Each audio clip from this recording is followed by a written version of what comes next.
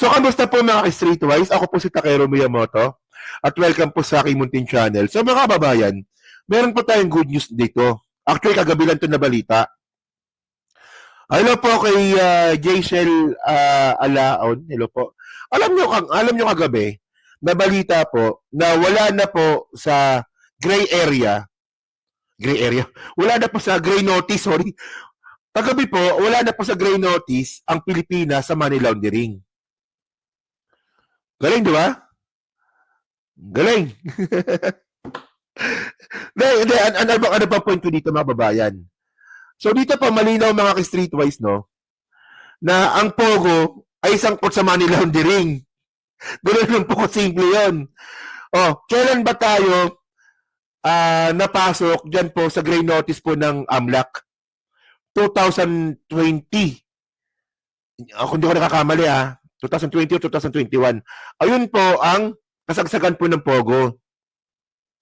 At kailan po tayo nawala po sa gray notice ng money laundering? Ngayon, kung kailan po natanggal na po yung Pogo sa Pilipinas. So, ibig sabihin nun mga kababayan, nagpapasok po dito si Duterte, di ba, ng basura, ng Pogo.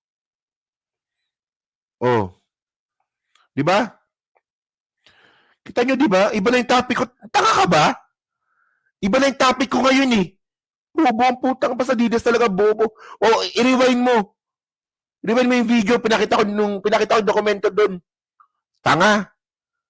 Ito, mga tanga talaga itong mga to, no? O ngayon, ito. So, ito mga babayan, Saan na ba yun? Yan, ito pala. Okay. So, ito galing po itong PCIJ. Oh. Philippines remove from global money laundering gray list. Gray list pala, di ba? A Financial Action Task Force recognized countries' progress in curbing the flow of illicit funds through its casinos and shutting down offshore gaming operations. Oh. Ayan malinaw Oh. Kayo ba, hindi ba kayo natutuwa dito na wala na po ang Pilipinas sa binabantayan na money laundering? Oh. Sabi dito, continue natin Hello po, Jax Demolay, di ba? Oh, the Financial Action Task Force removed the Philippines from gray list of the countries that are not doing enough to combat money laundering and terror finance. Nepal and Laos, the latest countries to be added to the gray list. Di ba? The Paris-based global watchdog. So may sabi nito, France, di ba? The Paris-based global watchdog on money laundering and terrorist financing made the announcement on February 22. So kahapon lang, the Philippines had been on the list of jurisdictions that are under increased monitoring for more than 3 years. Oh. So the benefits of Philippines removal from gray list include faster and more affordable global financial transactions and remittances for Filipino workers overseas according to previous pronouncement of the country. Mga kababayan po, kasi alam nyo kasi, ito ang point ko dito Ano ba yung benepisyo kung tayo po ay wala na po sa gray list? Una mga kababayan, ito sa mga OFW dyan, ito makaka-relate kayo dito. Ako po OFW din po ako dati. From 2019, OFW po ako. Ay, maraming salamat, Tiger Eyes. Maraming salamat. Ako po, OFW po ako, 2019. Naranasan ko po, na nagpapadala po ako ng pera sa Pilipinas, wala na pong tanong-tanong. Padala ng pera, diretso na po. Okay. So, ngayon, nung tayo po ay naipasok na po sa gray list, di ba, ng money laundering nga po, ng tayo po binabantayan, ano na po nangyari? Ano ba nangyari? Sa mga FW dyan, press 1 ako mag-agree kayo sa akin. Nung tayo po ay naipasok ko sa money laundering, na gray list, hindi na po ganun kadali magpadala ng pera sa Pilipinas. Kailangan po na alam kung saan kayo nagtatrabaho, dapat alam na kayo po ay employed, di ba? Ang daming tanong, in short. Ang daming tanong. Naranasan nyo na ba yan? Kumbaga dati, kapag nagpapadala kayo ng pera, walang tanong-tanong. Ngayon, ang dami ng tanong. Kasi nga po, tayo po ay pinasok po ng money laundering sa Pilipinas. Di ba, ang daming tanong, di ba? Lalo na kung malaki papadala mo. Oh. So ngayon mga ka-streetwise, no? Ngayon, mawawala na po yung mga tanong-tanong na yan. Kasi po, wala na po tayo sa gray list ng money laundering sa buong mundo. Yan na, Randy Gorospe. Oh, yan na, kayo. Nakita nyo. Oh, si Ma'am Joanne, OFW din. Oh, di ba? Kayo mismo. Di ba naabala dahil po sa katarantaduhan na ginawa ni Digong? Oh, kasi nga po mga kababayan po, yung Pogo kasi mga kababayan, di ba? Pumapasok po ang pera sa Pogo. Ngayon, hindi po natin alam kung yung pera po na pumapasok sa Pogo, syempre Pogo sa Pilipinas. Di ba? Hindi po natin alam kung ang pera pumapasok ba sa Pogo, kung saan po galing yan. Kung yan po ba ay galing sa drugs, kung yan po ba ay galing po sa human trafficking, kung yan po ba ay galing sa illegal na bagay. So, papasok sa Pilipinas para maging Pogo money. Pag naging Pogo money na po yung mga kababayan, yung perang madumi, nalinis na po sa Pilipinas. Oh. So, ngayon mga kababayan, sa tingin nyo ba, coincidence lang ba yun?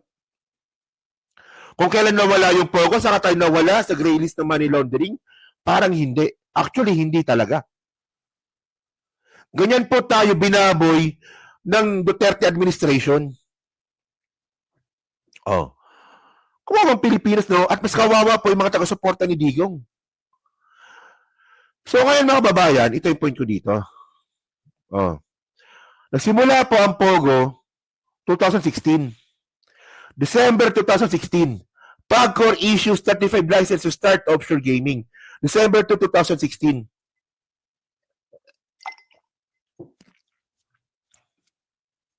Diyan po niregulate po ni Duterte yung Pogo. Okay. So ngayon mga babayan kasi, ang point natin dito. Ito. Naialis ang Pilipinas. Okay, okay pala. May balita pala dito. Balita muna. Sa UN25 ba? UNTV muna tayo. Sige. Ngayon, madali na ngayon, di ba? Oh, di ba? Oh, sige. Pilipinas sa listahan ng mga bansang binabantayan dahil sa issue ng money laundering at countering financing of terrorism matapos ang halos 4 na taon na pagkakasama ng ating bansa sa sinasabing gray list. Sa pahayag na inilabas ng Financial Action Task Force, isang Paris-based international organization na nagmomonitor ng anti-dirty money, wala na ang Pilipinas sa listahan ng mga bansa na under increased monitoring. Nagpaabot naman ng pagbati para sa Pilipinas ang Financial Action Task Force dahil sa positive progress ng bansa. O, di ba? So, confirm ha. Wala na po tayo sa gray list. Okay. So, ngayon mga babayan, no? Sabi kasi ng mga bobong mga DDS, especially ito mga mababantot po na to, na ito kay Ru, yung Pogo, nagsimula yan noong panahon ni Gloria. Isipin niyo, di ba? Para lang po talaga nila may pagtanggol si Duterte, magtatanga-tangahan sila. Magkaiba po yung internet gaming sa Pogo. Yung Pogo po kasi mga babae niregulate. Niregulate po at nagpapasok po ng mga Chinese. Sa Pilipinas mismo sila mag-ooperate. So, ang point ko dito, no? So, pinakita ko na nga kanina, nagsimula po yung Pogo 2016. December 2016. O, di ba? Oh. So, ngayon na alam nyo kung nung nakakapagtaka dito, pinagtanggol po ni Duterte ito. Tignan nyo, sabi ni Digong ha, may video pa dito eh. Pakita ko sa inyo. Ito, panoorin nyo to.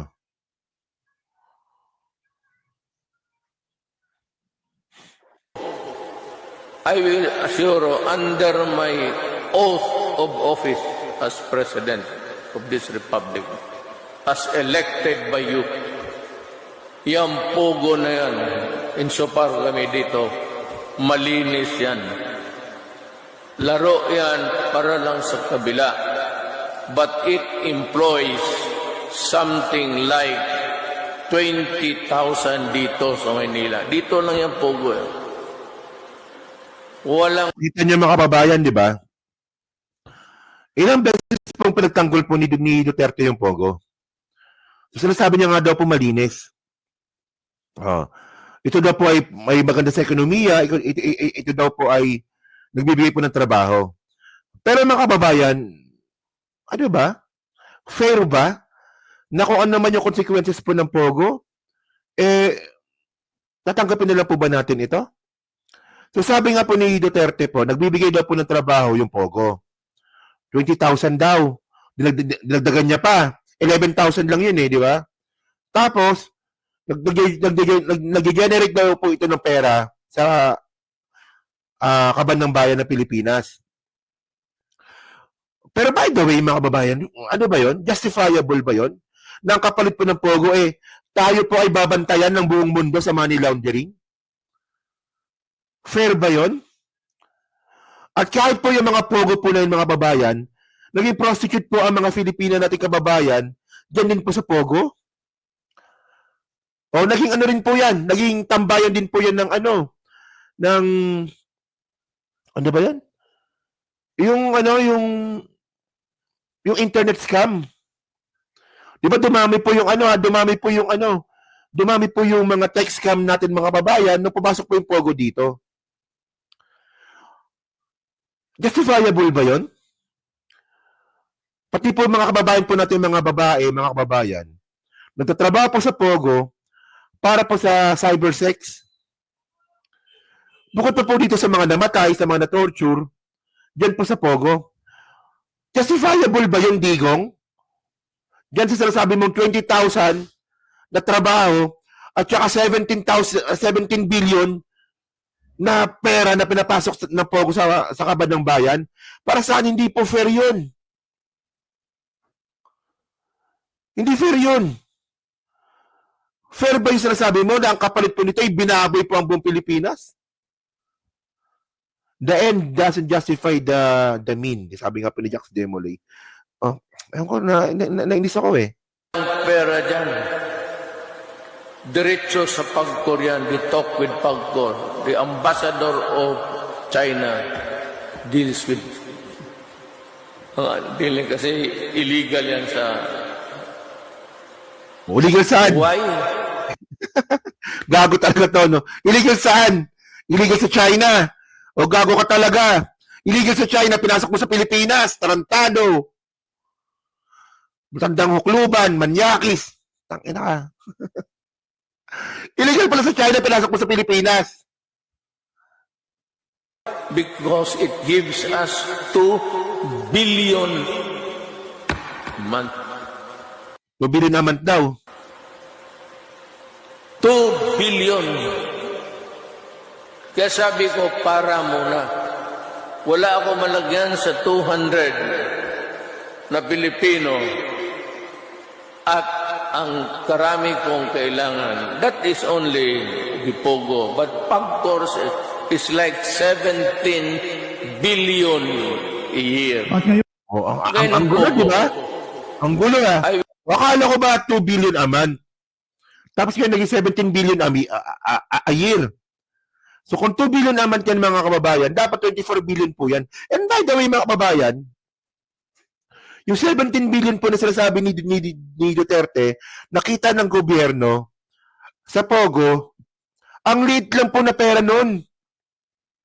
Magkano po ang budget ng Pilipinas sa loob ng isang taon ngayon? 6 na trilyon. 6 na trilyon mga kababayan. So ano ba naman yung 17 billion a year? Ano yun? Na ang kapalit po is binaboy ang Pilipinas. Di ba? So ngayon ang point ko mga kababayan, ang tanong ko pa dito, kung importante pala ang Pogo sa Pilipinas, ang tanong natin dito, bakit yung tax ng Pogo, ano ba yun? Oh. Bakit yung tax ng ito? Bakit po yung tax ng Pogo na pirmahan lang po noong 2021 lang? Ito yung tanong ko dito Yan ang Duterte signs law taxing Pogos. September 23, 2021. Ito pala. Yan. Sorry. O, di ba? So, saan napunta po yung tax ng Pogo from 2016 hanggang 2021? So, ngayon, kung walang malinaw po ng taxation po ang Pogo, paano kumikita po ang Pilipinas sa Pogo noong panahon po na yon? Paano? Sa pamamagitan ng permit. Ano yan? DTI permit. Ayun ba yun? Oh. Saan? Di ba? Ayun ang point eh. Oh. 21 times mas malaki. Oo nga na. Oo nga, no? Mas malaki pa rin po yung kinita ni Polong doon sa ano? Doon sa Pogo kada taon. Yeah? 51 billion eh. Di ba nakuha niyo yung point yung mga babayan? Di ba? Ang lakas ng loob po na ipagtanggol po ni Duterte, na sinasabi nga po ni Digong nung siya yung presidente, na ang Pogo walang anomalya. Ang Pogo malinis. Tapos nung nawala po si Duterte, doon po lumitaw kung gaano po binaboy ng Pogo ang Pilipinas. Ang pinakamalapit dito mga kababayan, dawit pa ang OFW dito. Pati po kayong mga OFW na nagpapadala po ng pera sa Pilipinas, pati po kayo nadamay. O ngayon mga kababayan, ngayon, paano nyo pagtatanggol ito? Kaya nga ang point dito, no? Galit na galit tong mga DDS vlogger na tinatawag silang Pogo vlogger, narco vlogger. Eh mga kababayan po, yung Pogo po mga streetwise is kakibot din po nito is yung droga. O galit na galit yung tinatawag kayo na ganyan ng mga congressman natin. In the first place, sino ba napapasok ng Pogo sa Pilipinas? Si Duterte. Oh, pero in conclusion mga streetwise, good job po tayo dito. Good job po si PBBM dito mga kababayan. Tandaan nyo mga kababayan, no? Tanga-tanga na lang po tayo kapag tayo po, bumalik po tayo dyan po sa panahon na si Duterte pong presidente.